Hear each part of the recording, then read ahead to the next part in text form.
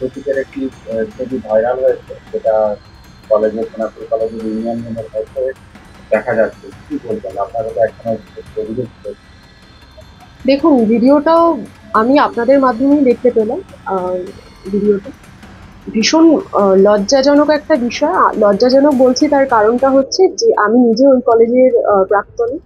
তো আজকের দিনে দাঁড়িয়ে এই যে ঘটনাটা, আমি বলবো যে এটা একেবারে নতুন নয়, এটা কাম্য কিছুটা ছিল। তার কারণ আপনারা প্রত্যেকেই জানেন, আপনারা মিডিয়াটা কভার করেছিলেন।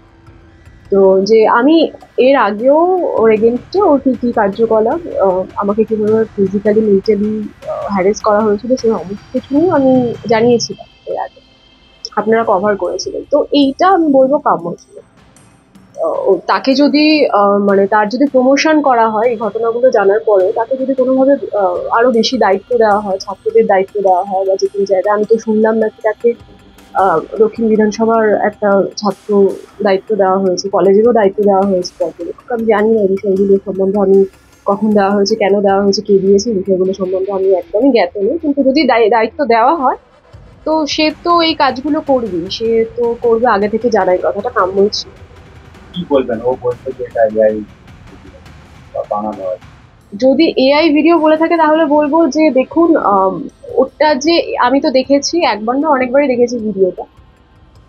আজকের দিনে দাঁড়িয়ে ওটা যে এআই ভিডিও নয়, এটা মানে বুঝতে গেলে আম, কাউকে এডিটার হওয়া লাগে না বা স্পেশাল কিছু নলেজ হওয়া লাগে না। এটা যে কোনো মানুষ দেখলে আজকের দিনে দাঁড়িয়ে বলতেই পারবে, বুঝতেই পারবে যে এআই ভিডিওটা ঠিক কেমন হয়।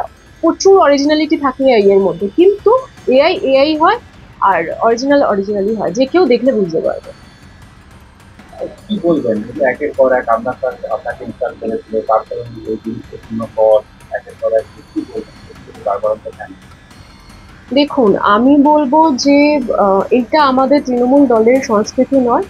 এটা আহ, দলকে জানানো হয়েছে, দল অবশ্যই ব্যবস্থা নেবে।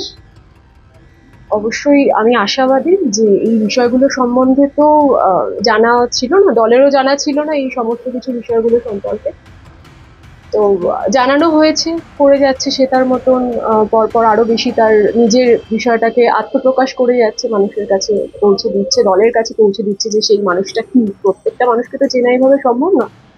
তো সে পৌঁছে দিচ্ছে, সে নিজে থেকেই পৌঁছে দিচ্ছে বিষয়বস্তুগুলো। তো দল জানতে পেরেছে, দলকে জানানো হয়েছে। আমরা আশাবাদী, আমি আশাবাদী যে খুব তাড়াতাড়ি দল এই সিদ্ধান্ত নেবে।